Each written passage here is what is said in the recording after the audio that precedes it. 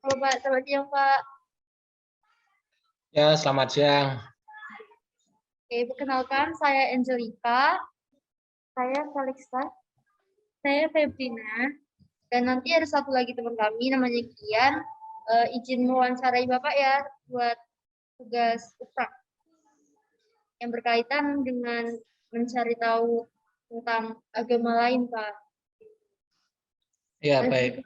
ya. Dan kebetulan kami dapatnya agama Buddha, jadi kami ingin bertanya-tanya seputar agama Buddha Pak. Monggo. Pertama Pak, terkait penyebaran agama nih Pak. Bagaimana sih Pak penyebaran sejarah agama Buddha khususnya di Indonesia, kalau boleh tahu? Ya, agama Buddha itu kan berasal dari India. Jadi dari India, kemudian setelah berkembang di sana kurang lebih misalnya di India itu kan lahirnya agama Buddha sekitar abad ke-6 sebelum Masehi. Jadi ditandai dengan kelahiran Siddhartha Gautama 623 sebelum Masehi. Lalu sekitar 100 tahun berkembang di wilayah India, kemudian mulai menyebar ke berbagai tempat masih di seputaran India ya, sampai kemudian ke Nepal dan sebagainya.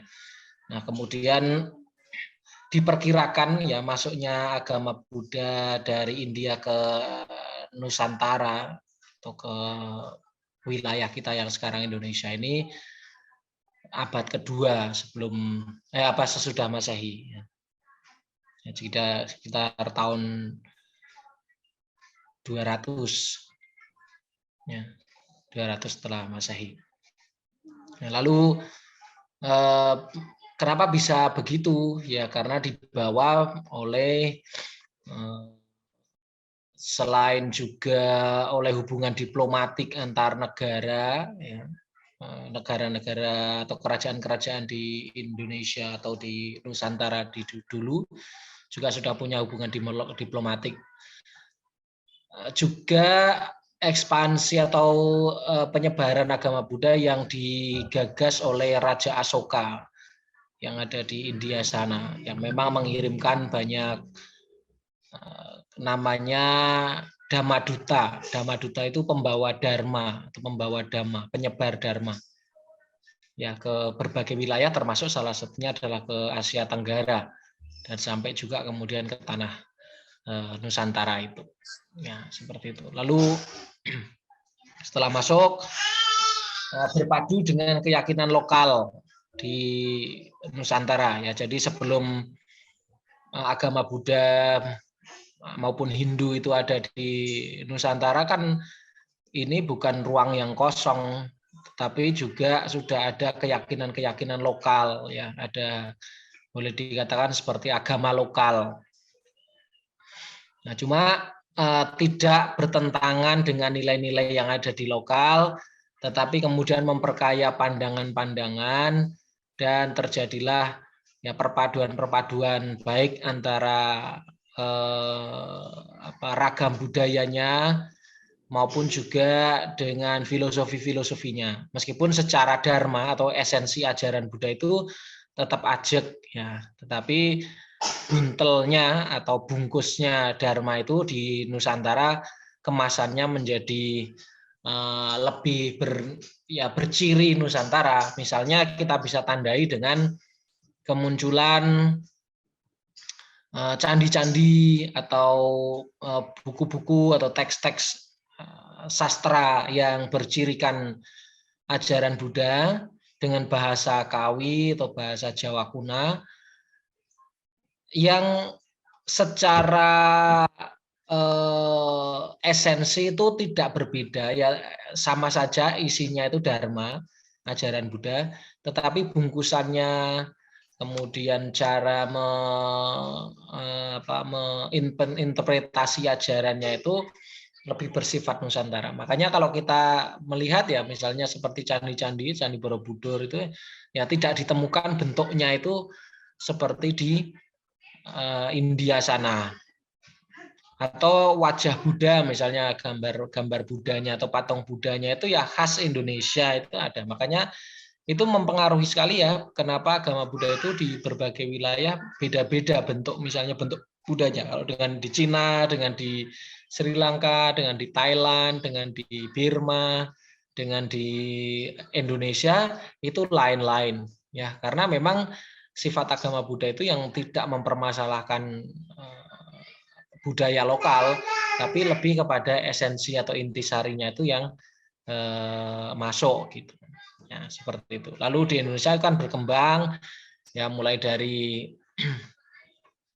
kerajaan-kerajaan, ya ada Kutai, ada Tarumanegara, ada Singosari dan lain sebagainya. Sampai kemudian menjadi agama besar di kerajaan yang cukup besar, yaitu Kerajaan Sriwijaya.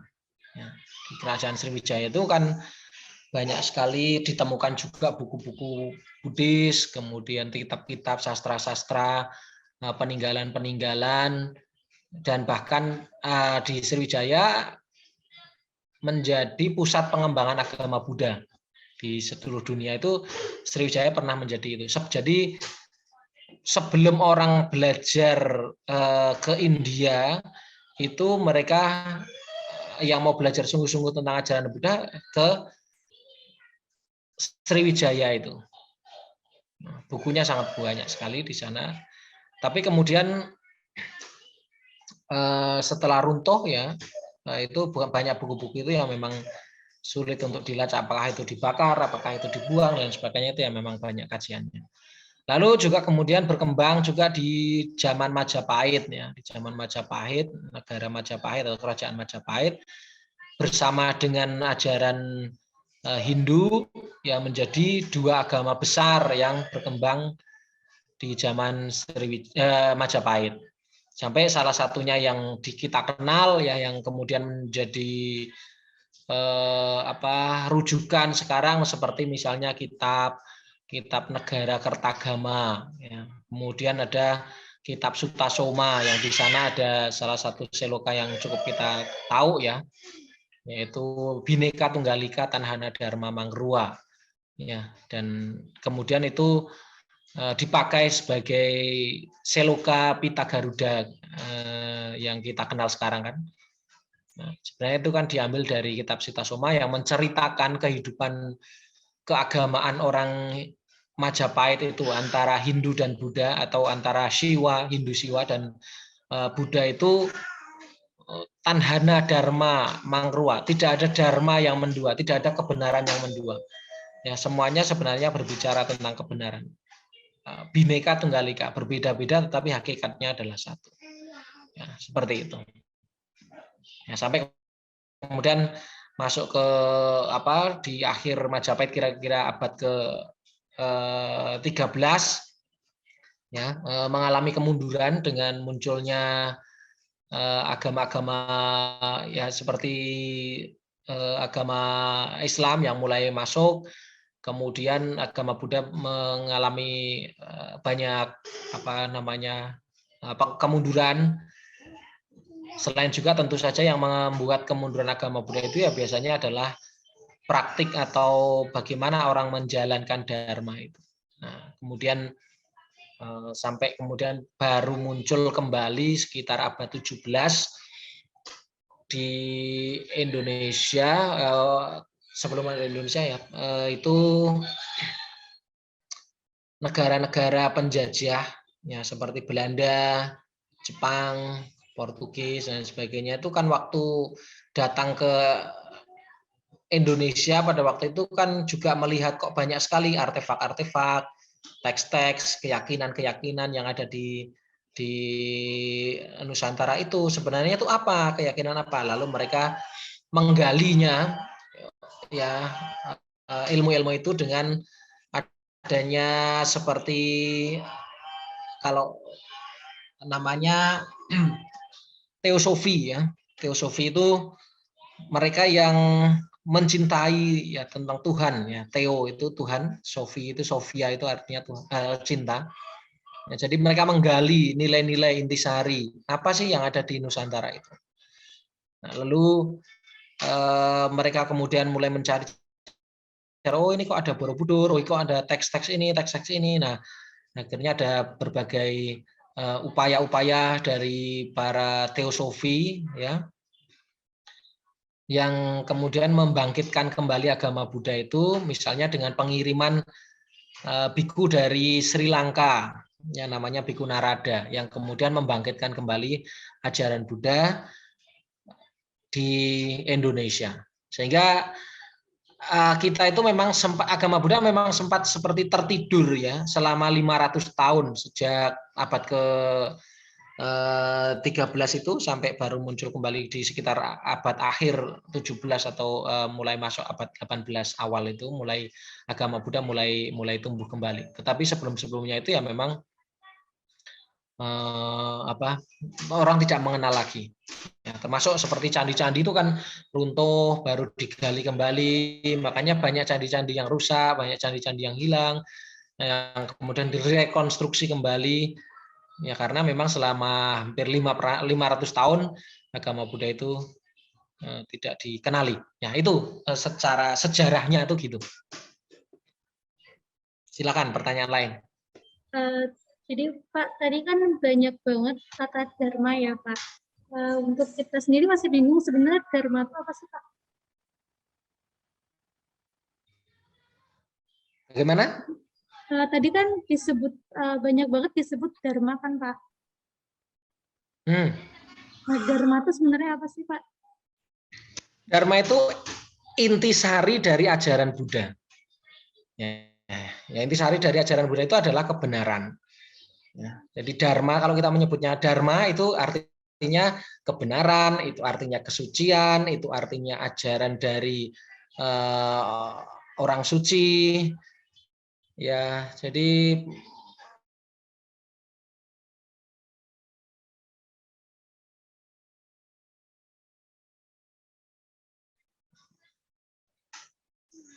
dipahami?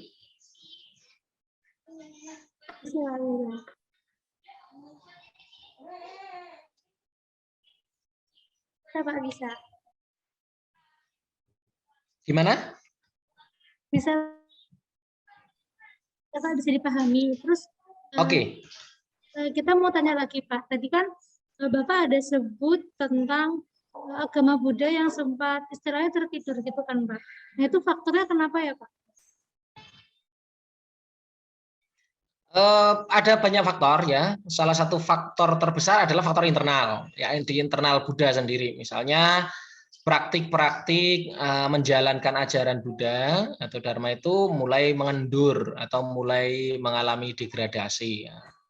Misalnya praktik orang ya berbuat baik atau belajar ajaran Buddha itu mulai males, ya itu kemudian menjadi keyakinannya lemah. Itu secara internal. Tapi secara eksternal juga ada, misalnya ekspansi ajaran Islam, keyakinan Islam ya, yang juga kemudian banyak memainkan peran politik di kerajaan-kerajaan. Ya, sehingga seperti misalnya di Majapahit ya, di Majapahit itu raja terakhir kan namanya Raja Brawijaya ya, Brawijaya yang kelima, namanya Raja Brawijaya. Nah, Raja Brawijaya ini dia kawin dengan seorang putri Campa. Campa itu seperti negara kayak negara Campa itu ya Cina apa ya kalau sekarang itu Persia itu ya kayak Persia itulah. Nah, yang beragama Islam. Nah, orang Buddha itu cirinya biasanya nggak mau ribut. Ya, jadi apalagi kalau soal nikah tuh wah bagaimana sudahlah nggak apa-apa kan nikah ya nikah dengan Putri Campa itu, lalu kemudian muncul keturunannya namanya Raden Patah ya yang mendirikan kerajaan Demak. Kemudian mulai dari kerajaan Demak itu kan karena juga banyak ada wali-wali mulai di sana ya, ada Wali Songo itu ya banyak memainkan peranan juga. Nah, lalu pos-pos penting kedudukan secara politik itu banyak kemudian juga dipegang oleh orang-orang yang beragama Islam, dan Majapahit kan kemudian mulai melemah. Nah, jadi suatu agama itu memang rata-rata kuat itu juga karena ada pengaruh politik juga ya. Jadi agama Buddha itu bisa kuat ya karena misalnya di Sriwijaya itu ya karena memang rajanya, kepentingannya, peraturan-peraturannya dan sebagainya itu banyak diilhami oleh ajaran Buddha dan maupun juga pemeluk Buddhanya. Termasuk di zaman Majapahit. Tapi kemudian karena pos-posnya yang penting-penting sudah mulai hilang ya mulai melemah. Ya, seperti itu. Jadi bisa faktor internal, bisa faktor eksternal.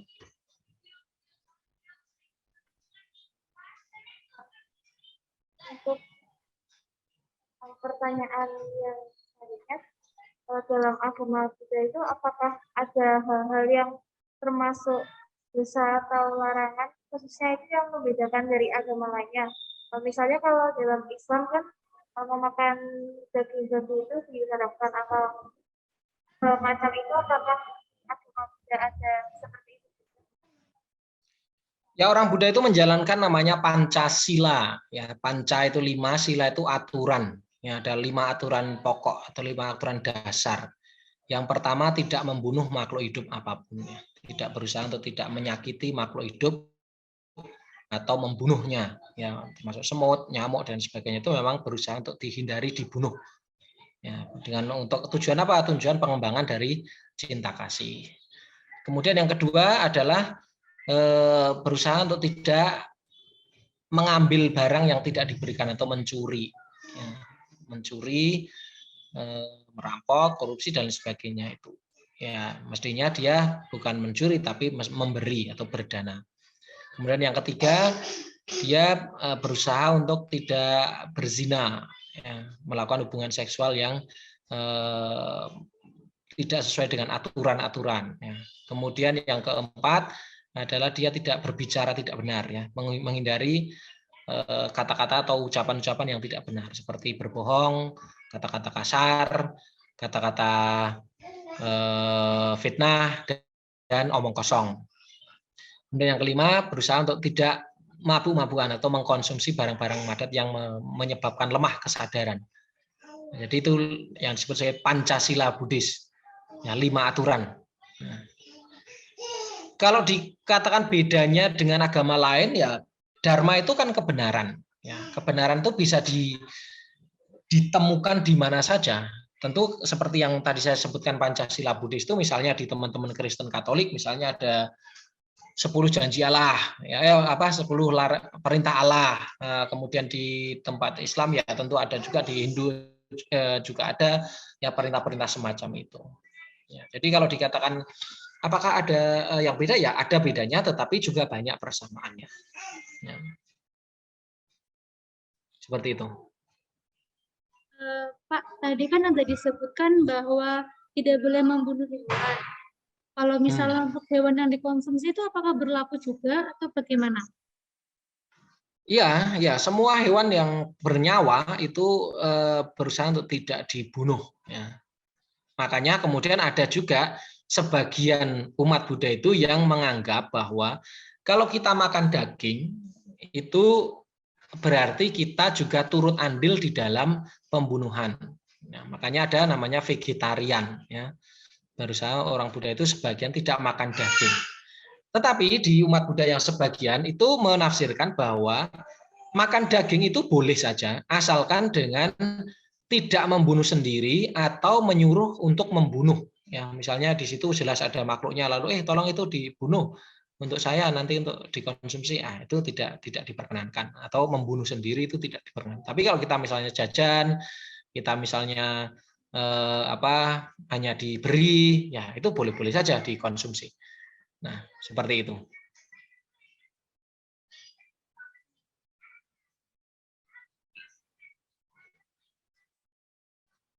Pak, untuk pertanyaan selanjutnya, apakah ada aturan dan syarat khusus agar seseorang itu memperoleh kebahagiaan dan keselamatan dalam agama Buddha? Iya, kebahagiaan atau keselamatan itu diperoleh tidak harus afterlife, tidak harus nunggu setelah mati ya dalam agama Buddha. Nirwana itu tidak hanya diperoleh oleh mereka yang beragama Buddha saja, tapi semuanya juga bisa memperoleh nirwana, bisa memperoleh keselamatan, kebahagiaan, dan tidak harus nunggu nanti setelah mati. Ya. Karena yang menyebabkan orang tidak bahagia itu apa sih? Yang menyebabkan orang tidak bahagia adalah dia punya namanya kekotoran batin yang membuat pikirannya tidak jernih, tidak murni, tidak happy sehingga dia menderita. Apa itu? Ya ada 3, yaitu kebencian, keserakahan, dan ego. Jadi 3 itu ya. Kebencian, keserakahan, dan ego. Nah, siapapun yang menghilangkan atau yang setidaknya mengurangi supaya tidak benci, supaya tidak serakah, supaya tidak ego, dia hidupnya akan bahagia. Kamu kalau tidak serakah, kamu juga bisa bahagia. Sama dengan saya. Ya, kalau kamu tidak ada benci, tidak ada serakah, tidak ada ego, ya sama kamu bisa bahagia. Saya juga bisa bahagia. Tapi meskipun saya seorang Buddhis, tapi saya membenci, ya saya tidak bahagia. Kalau siapapun yang punya rasa benci, rasa serakah, dan ego, ya di sana pasti akan muncul penderitaan, ketidakselamatan. Ya, semua konflik di dunia ini kan, kalau nanti kamu analisa coba, semua konflik-konflik di dunia ini ya karena 3 ini. Benci, ya tidak suka pada kelompok lain, tidak suka pada orang lain, tidak suka pada ini itu, atau dia serakah, pengen menguasai, pengen semua-muanya itu untuk dia. Nah, itu buat kita tidak bahagia. Dan atau ego, merasa paling benar sendiri, merasa paling hebat sendiri, merasa paling oke sendiri, ya itu membuat kita menjadi tidak bisa bahagia, tidak bisa selamat. Ya, justru kalau kita melatih ya supaya kita itu enggak benci, ya makanya kita diajarkan kasih, kita diajarkan cinta kasih untuk saling mencintai. Ya kalau kamu mencintai siapapun kan kamu bahagia. Ya, kamu di situ ada temanmu yang berbeda, ada temanmu yang difabel, ada yang lemah, ada yang tertindas dan sebagainya. Itu ya kalau kamu tidak benci mereka, kamu menyayangi mereka, kamu ya happy kok. Mereka juga happy. Tapi kalau kamu benci, mereka benci, ya terjadi konflik.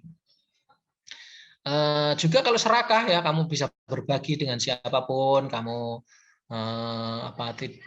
bukan pikirannya itu bukan bagaimana caranya supaya semua bisa menguntungkan saya, tapi justru bagaimana saya itu bisa berbagi, memberikan manfaat bagi mereka, ya kamu bisa.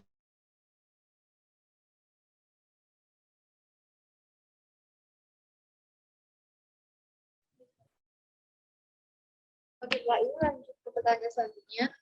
Bagaimana pemahaman agama Buddha tentang neraka dan surga atau penderitaan dan kebahagiaan abadi? Nah, saya juga ingin bertanya perihal reinkarnasi. Paling benar. Hah? Anda boleh menganggap paling benar agamanya, tetapi tidak kemudian ditambah embel-embel agama yang lain salah. Ya, jadi Anda boleh agama saya yang paling benar, monggo silahkan, tidak masalah itu.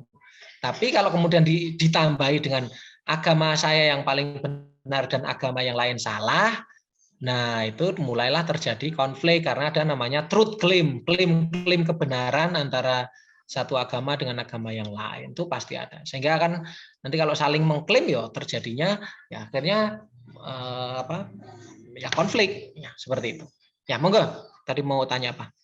Tadi pertanyaan ini, Pak. Bagaimana pemahaman agama Buddha tentang neraka dan surga atau penderitaan dan kebahagiaan abadi? Apakah benar seseorang itu bisa mencapai surga bila misal dia masih punya dosa nih, jadi dia harus mengalami reinkarnasi dulu untuk menebus dosa-dosanya begitu. Bagaimana ya, Pak? Surga sendiri itu kan dalam agama Buddha itu merupakan alam ya. Jadi dalam kosmologi Buddhis itu ada 31 alam kehidupan, 26 alam surga, 1 alam manusia, dan 4 alam menderita. Ya, jadi kalau mau milih surga itu ya kesempatannya lebih besar, ada 26 tingkatan alam surga. Kemudian 1 alam manusia dan 4 alam rendah, yaitu 1 alam hewan, 1 alam setan, 1 alam raksasa, dan 1 alam neraka. Nah, itu yang disebut sebagai alam menderita. Kemudian manusia itu disebut sebagai alam tengah-tengah. Dia banyak penderitaannya juga banyak kebahagiaannya. Jadi kita itu kalau yang bawah tadi, yang 4 tadi alam rendah itu pokoknya isinya penderitaan, banyak penderitaan lah. Coba kalau kamu amati ya di dalam hewan tuh meskipun ya senang tapi banyak penderitaannya mereka. Tidak dibanding kita itu lebih banyak penderitaannya dibanding kita. Meskipun ya ada kucing yang disayang-sayang sama majikannya yang bagus, yang ini, tapi dia juga akan selalu diuber-uber oleh anjing lah, akan kemudian kelaparan dan sebagainya ya lebih potensi penderitaannya lebih besar. Ya. Kalau manusia ini setengah menderita, setengah bahagia. Jadi kita ya banyak bahagianya juga banyak menderitanya juga. Tapi di alam atas atau alam bahagia atau alam surga. Surga itu dari bahasa Sanskerta, bahasa Pali, sugati atau swargati. Suka dari pikiran yang bahagia.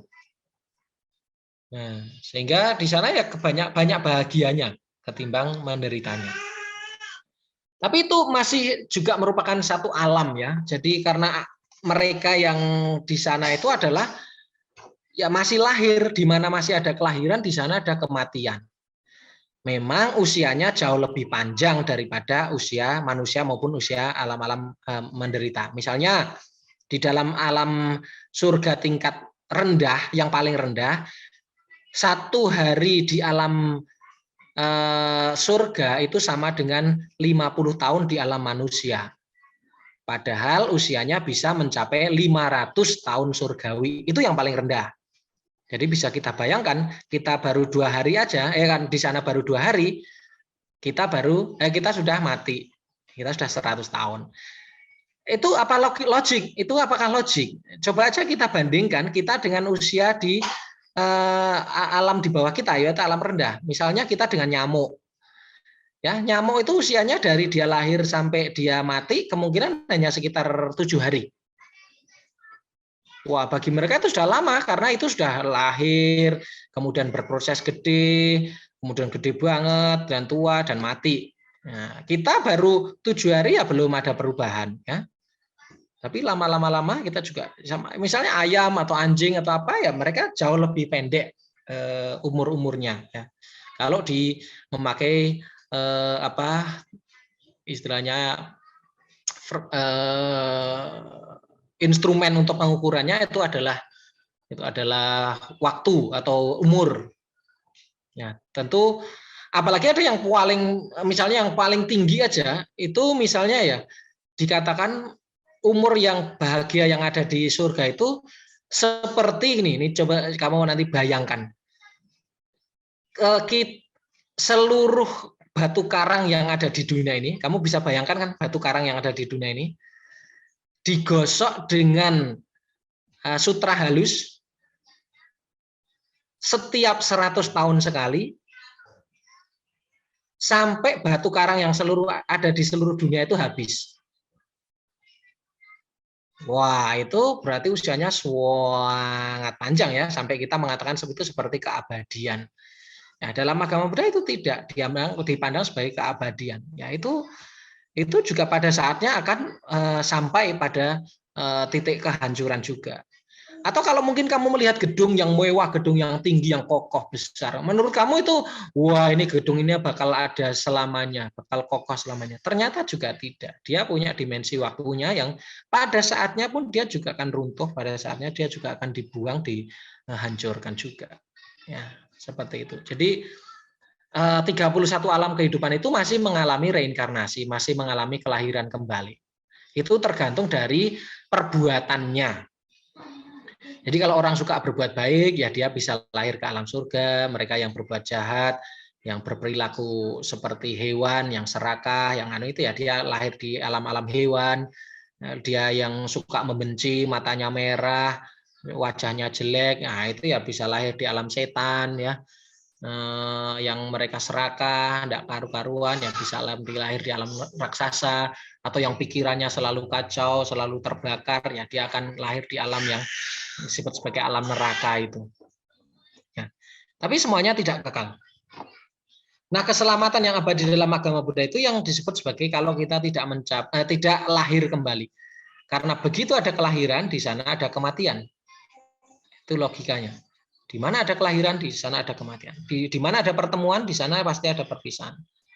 Ya. Nah, itulah yang disebut sebagai mencapai nirwana atau mencapai nibbana itu. Bagaimana mencapainya? Ya setelah orang mencapai kesucian dari 3 itu, benci, serakah, ego. Kalau dalam bahasanya, benci itu namanya dosa. Dalam bahasa Sanskerta atau bahasa Sanskertanya dwesa, bahasa Palinya dosa, artinya kebencian, penolakan, ketidaksukaan. Kemudian yang kedua adalah moha, itu loba, loba itu serakah. Kemudian yang ketiga moha itu ego itu. Jadi dosa, loba, moha itu yang menyebabkan orang akan tidak suci dan dia akan lahir terus lahir di alam manusia itu. Makanya tujuan ajaran Buddha diajarkan ya untuk mencapai pemurnian, untuk mencapai kesucian supaya dia bisa terbebas dari lingkaran kelahiran kembali itu yang disebut sebagai mencapai nibbana itu. Nah, nibbana itu seperti apa? Ya, kalau kamu tidak ada benci, kamu tidak ada serakah, tidak ada ego, kamu happy. Kamu tenang, kamu damai, kamu tentram. Dan itu adanya sepanjang detik, sepanjang momen dalam waktumu. Kalau kita kan mungkin ya memang tidak ada benci, tidak ada ego, tidak ada serakah, tapi hanya sebentar saja. Nanti ini wawancara kita lama aja, kamu sudah, kok lama sih Pak? Lah itu namanya kita sudah nggak suka. Nah itu namanya muncul dosa. Kalau kok enak ini ya, bagus ini makanannya enak, wah aku pengen terus. Nah itu namanya serakah. Wah ini aku paling pintar sendiri, aku paling bagus sendiri. Ya itu namanya ego. Ya, jadi kita susah untuk lepas dari kekotoran batin itu. Ya, sehingga itu akan membuat kita menjadi terus-menerus lahir di alam 31 alam kehidupan sesuai dengan karma atau sesuai dengan perbuatan kita itu. Ya, seperti itu. Dipahami? Bisa Pak, mantap.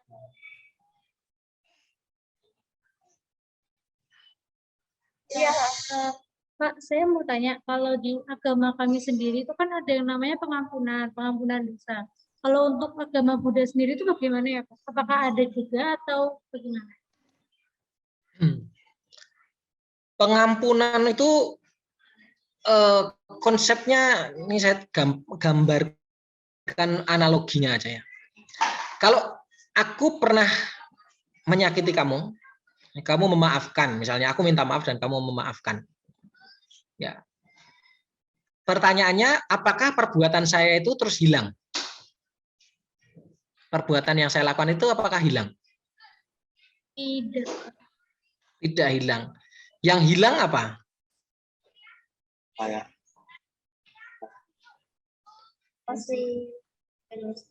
Emosi kita. Hah? Ya, perasaan kita kepada orang itu. Ya, rasa. Jadi rasa itu kalau rasa bisa hilang, tapi kalau perbuatan, aku pernah berbuat salah dengan siapapun, sulit untuk dihapus. Ya, tapi akibat, kalau orang Buddha mengatakan akibat karma, akibat dari saya berbuat buruk atau saya tidak berbuat benar, itu akibatnya bisa menjadi netral atau bisa menjadi tidak ada. Nah, artinya kalau itu mau dipakai konsepnya ke konsep agama-agama samawi ya seperti diampuni. Tapi dalam agama Buddha kan tidak ada sosok yang ini tugasnya ngampuni, ini tugasnya nyateti, ini tugasnya enggak begitu. Analoginya gini, kalau kamu punya air 1 gelas, lalu kamu masukkan garam 1 sendok ke dalam gelas itu, apa rasanya? Asin. Ya. Bagaimana cara membuat itu menjadi tidak asin? Bisakah kamu menarik garam itu? Tidak bisa. Caranya bagaimana? Menambahkan air. Tambahkan air sebanyak-banyaknya. Sampai 1 bak, 1 ember besar. Lalu rasanya menjadi hambar kan? Iya. Tapi apakah garamnya hilang? Tidak. Tidak. Ya. Jadi salah satu cara untuk membuat kita rasa dari perbuatan kita atau akibat dari perbuatan kita itu supaya nggak muncul, itu adalah kita menambah kebaikan-kebaikan. Jadi garam itu adalah keburukan, air itu adalah apa namanya, kebaikan ya. Kalau garam itu kejahatan, air itu adalah kebaikan. Jadi bagaimana supaya kita menjadi rasanya tidak ada, tambahlah kebaikan. Kalau kamu pernah, misalnya aku pernah nyakitin hati kamu, lalu saya sudah minta maaf, dan kemudian saya tiap hari jajak kayak kamu, yuk tak ajak makan bakso, yuk tak ajak makan sate babi, ini Katolik ya? Nah, tak ajak makan babi yuk, bakso babi atau apa. Wah, kalian jadi sudah melupakan perbuatanku. Jadi di antara kita sudah tidak ada dendam, aku juga tidak ada penyesalan, kamu pun juga tidak ada kebencian, ya sudah menjadi netral. Tapi apakah saya pernah menyakiti kamu itu hilang? Tidak. Yang hilang adalah rasanya. Jadi pengampunan itu di situ. Kalau kita misalnya, aduh saya pernah berbuat salah ini, terus gimana supaya saya itu bisa nol ini? Ya caranya adalah kita selalu berbuat baik, selalu berbuat baik, selalu berbuat baik, sampai kemudian karma yang mestinya tumbuh, karma buruk yang mestinya kita rasakan itu tumbuh, kita akan menjadi netral, menjadi benar-benar itu sudah hambar rasanya. Nah, kalau misalnya gini loh, kalau kita suka memberi orang 10.000, 5.000, 20.000, ya kita kasih orang, ya jajak ke teman dan sebagainya.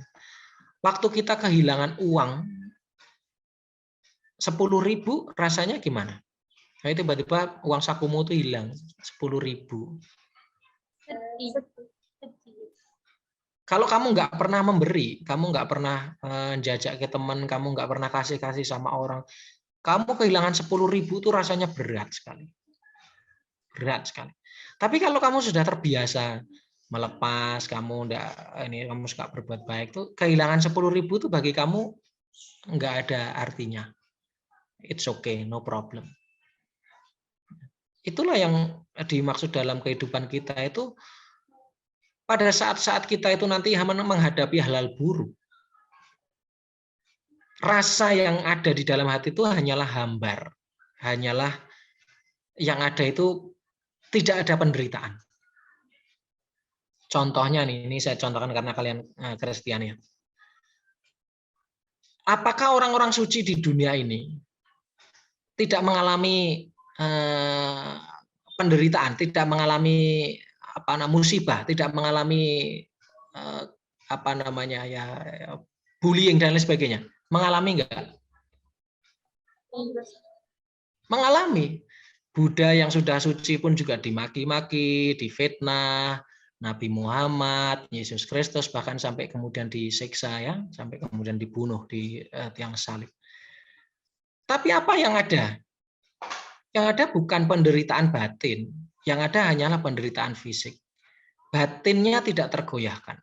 Ketika Yesus mengatakan, "Ya Bapa, ampunilah mereka karena mereka tidak mengerti apa yang mereka lakukan." Jadi dalam hatinya tidak ada benci, tidak ada lagi yang namanya penderitaan mental. Ya karena menyadari ya sudah, mereka tidak tahu mau gimana. Ya hanya mengampuni saja. Tapi kalau kamu tidak pernah latihan cinta kasih, kamu tidak ada kasih, begitu kamu disenggol dikit aja, kamu cuma dikatakan, kamu tuh wajahnya kok jelek sekali. Wah, marah lah kamu. Atau lah tasmu itu apa sih, tas bukan branded nih. Wah, marah kamu. Karena tidak ada kasih di sana. Ya. Kita tidak pernah latihan mengasihi, tidak pernah latihan cinta kasih. Tapi kalau cinta kasihmu besar, ya itu oke saja. Orang mau ngatain apa ya sudahlah, melepas gampang gitu. Kita tidak ada benci, tidak ada serak, tidak ada itu. Jadi happy saja. Yang ada adalah tanpa penderitaan. Dimengerti di situ? Arti, Pak. Pertanyaan selanjutnya, ritual apa saja yang ada di dalam agama Buddha, Pak? Dan apa arti dan juga makna dari tiap ritual yang dirayakan tersebut? Dan saya sebelumnya, kita kan sudah pernah presentasi tentang agama Buddha sendiri. Saya pernah searching, itu katanya agama Buddha ini tidak memiliki ikatan untuk mengenai ritual berdoanya, dan itu kayak menurut masing-masing vihara gitu, Pak. Itu benar nggak ya seperti itu? Waktu mungkin yang dikatakan tidak mempunyai aturan pokok itu waktunya itu loh. Jadi waktu di masing-masing wihara itu bisa berbeda-beda. Kalau aturan-aturan ibadah ya tentu ada, tapi kan waktunya itu fleksibel. Ya misalnya bisa di hari Minggu, bisa di hari Sabtu, bisa di hari apa. Nah, kemudian yang kedua tidak ada seperti wajib gitu loh. Jadi wah ini ibadah wajib itu tuh ritual wajib itu enggak ada. Istilahnya ini harus, kalau enggak melakukan ini nanti masuk neraka, ya enggak ada yang seperti itu. Ya seperti kita kalau kamu makan tuh wajib atau wajib tuh wajib apa enggak makan tuh? Wajib. Siapa yang mewajibkan? Kitab suci ada nggak mewajibkan orang makan? Tidak. Dokter mewajibkan makan nggak? Enggak juga kan? Karena kesadaran diri kita tahu ya ini kebutuhan sebenarnya, lebih kepada kebutuhan. Jadi ritual itu adalah kebutuhan, bukan kewajiban. Jadi kalau itu bisa membuat kita menjadi lebih baik, kita bisa menjadi lebih damai, lebih tentram, ya itu dilakukan. Jadi makanya dikatakan ya, kok kayak nggak ada aturannya ya, karena masing-masing orang mungkin beda-beda ya. Oh ini bagi saya nggak wajib nih. Ya karena sekali lagi ini memang harus butuh pendewasaan diri. Ya. Bukan Buddhisme itu agama yang tidak mengatur-atur. Orang dianggap sudah ngerti sendiri mana yang baik, mana yang buruk, mana yang perlu, mana yang tidak perlu, mana yang butuh, mana yang tidak dibutuhkan. Itu kita nakar-nakar sendiri. Jadi tidak perlu disuapkan. Ya ini disuapi, ini enggak begitu. Ibadahnya apa saja? Kalau kita namanya ada sembahyang bersama ini atau sembahyang di rumah, itu namanya puja bakti. Ya, ada puja bakti. Kemudian ya, isinya membaca parita atau teks-teks ajaran Buddha, kemudian ada meditasi, ya, dan sebagainya. Nanti bisa di searching di YouTube itu ada. Kemudian hari rayanya itu ya ada hari raya Waisak, ada Katina, ada Maga Puja, ada Asada, ada 4 hari raya itu. Nah, itu tentang ritualnya. Tapi ritual, sekali lagi, ritual itu bukan penyembahan.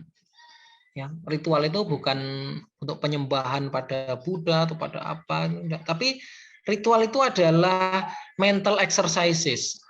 Jadi pelatihan mental untuk membuat kita itu menjadi lebih damai, lebih bahagia, lebih tidak membenci, lebih tidak serakah, lebih tidak ego, yaitu di situ. Ya. Ya, dipahami ya? Oke. Sudah menjawab atau belum tadi pertanyaannya? Sudah, Pak.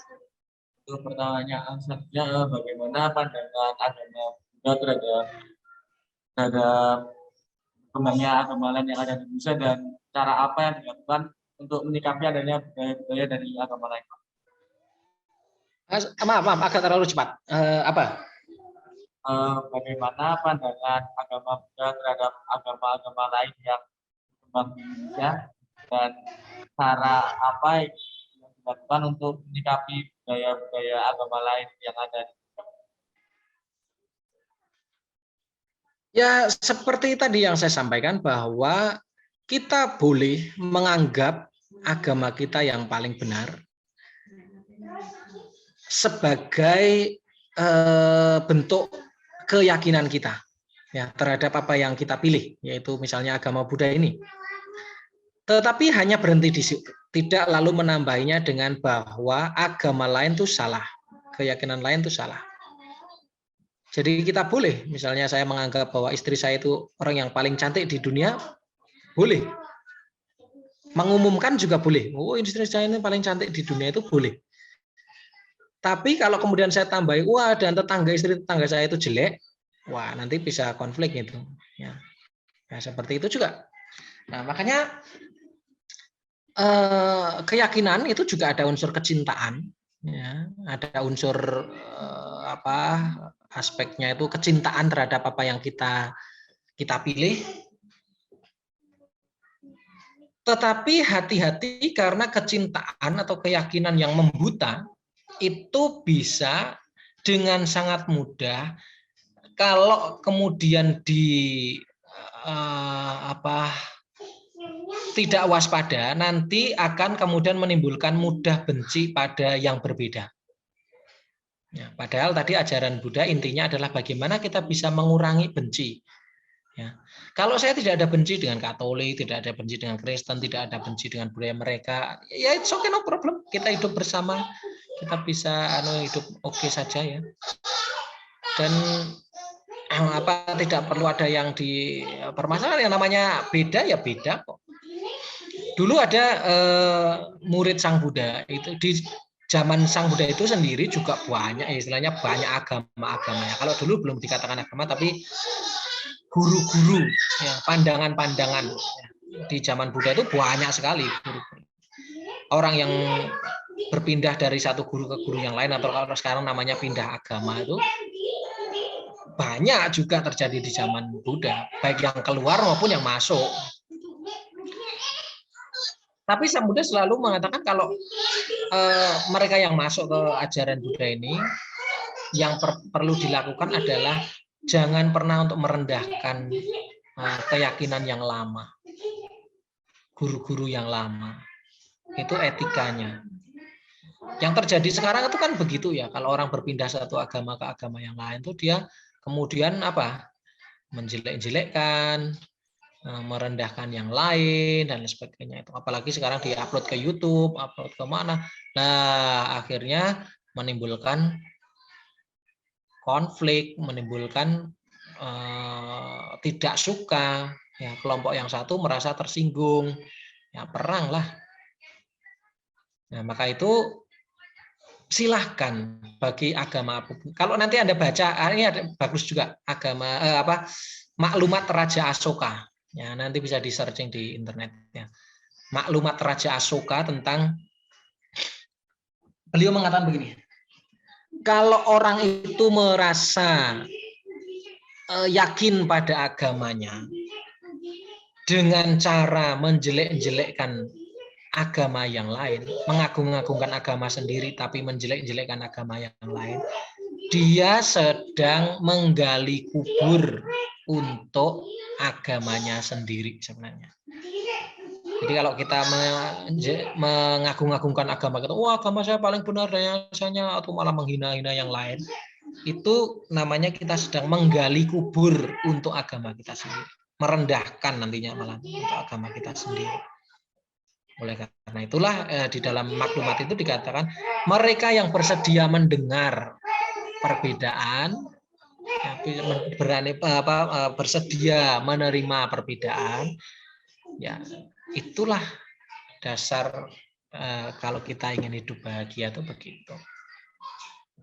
Jadi it's okay, no problem. Perbedaan itu adalah hal yang wajar. Yang tidak wajar adalah cara kita menyikapi perbedaan.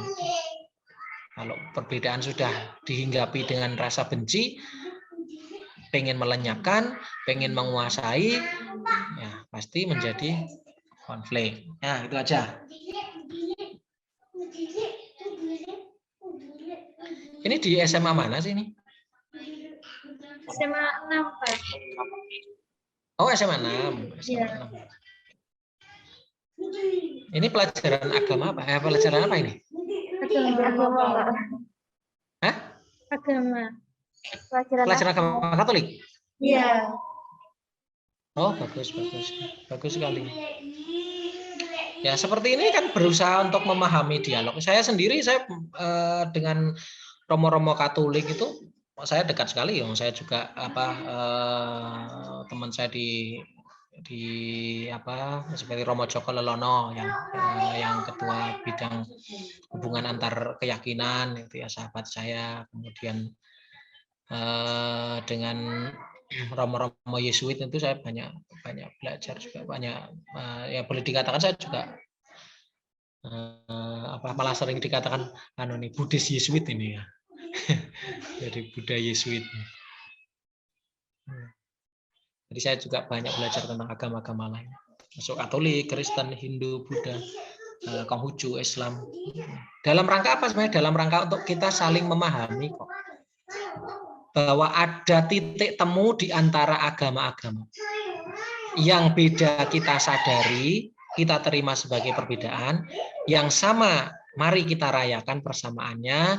Kita jadikan misalnya persamaan bahwa semua agama mengajarkan cinta kasih, bahwa setiap agama mengajarkan kebaikan, dan ada tantangan-tantangan bersama yang tidak pernah pilih-pilih agama. Contohnya apa?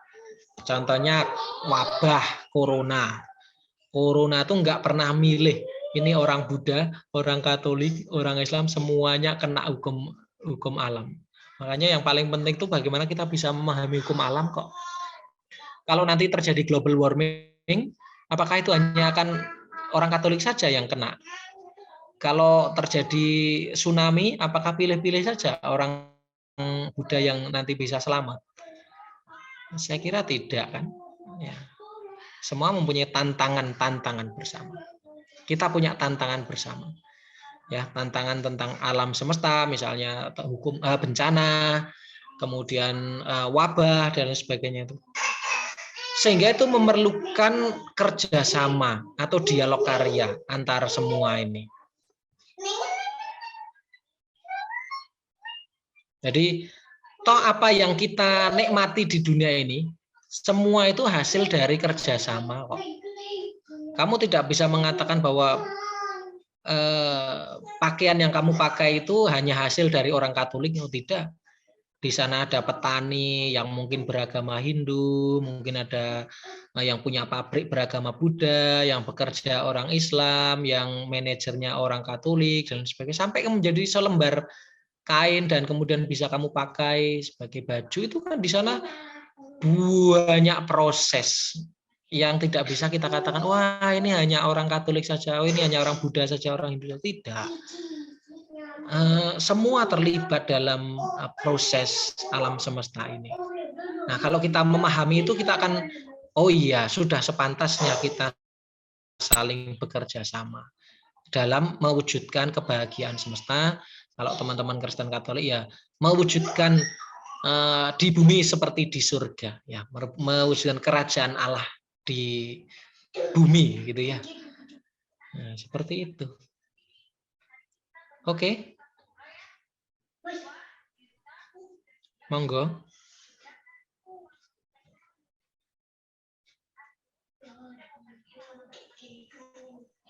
Masih ada yang mau bertanya? Masih ada, Pak. Ini sinyalnya lancar enggak? Lancar, Pak. Atau dari tempat Bapak putus-putus? Gimana?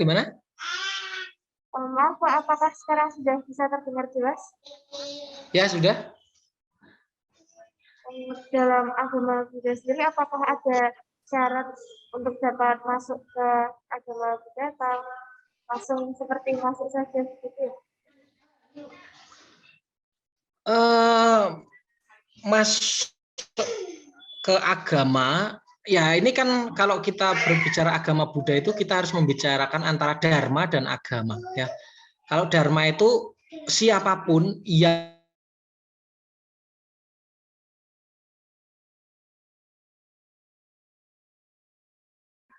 ya, jadi kalau kita berbicara dharma itu apapun background identitasmu, apakah kamu orang wanita, pria, agama ini, agama itu, begitu kamu melakukan dharma, kamu melakukan kebaikan itu hasilnya sama.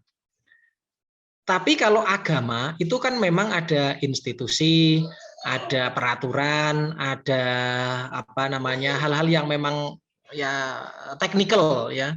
Jadi kalau misalnya orang mau berpindah agama, ya tentu ada syarat-syaratnya. Ya, misalnya, ya paling tidak mereka yang mau masuk ke agama Buddha, ya ada namanya wisudi, atau kalau teman-teman Kristen Katolik mengatakan ya baptis, ya dibaptis, ya mengucapkan Tisarana Pancasila. Lalu kemudian ya nanti akan menjadi umat Buddha, ya beraspirasi untuk mengikuti ajaran Buddha.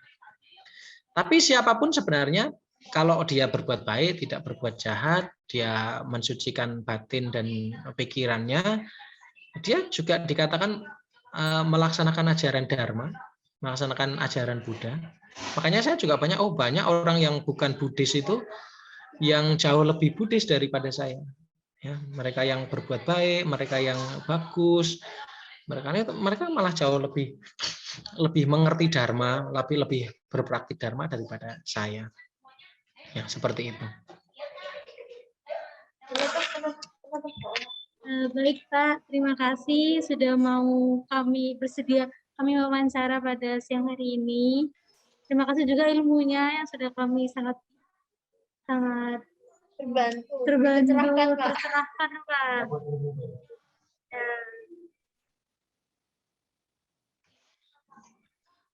Ya, terima kasih.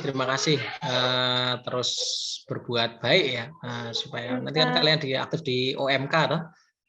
Iya Pak. Iya. Ya terus kami juga punya anak-anak muda yang akan ada, kalau di teman-teman muda Katolik di kan ada namanya serawung ya, biasanya ada serawung.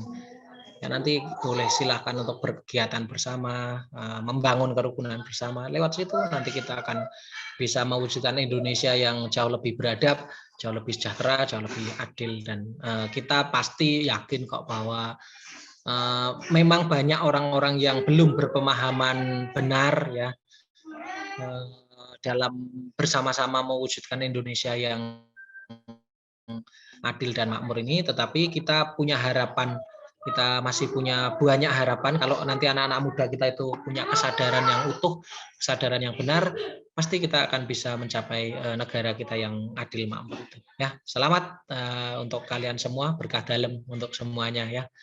Dalam. Tuhan memberkati. Terima kasih banyak Pak.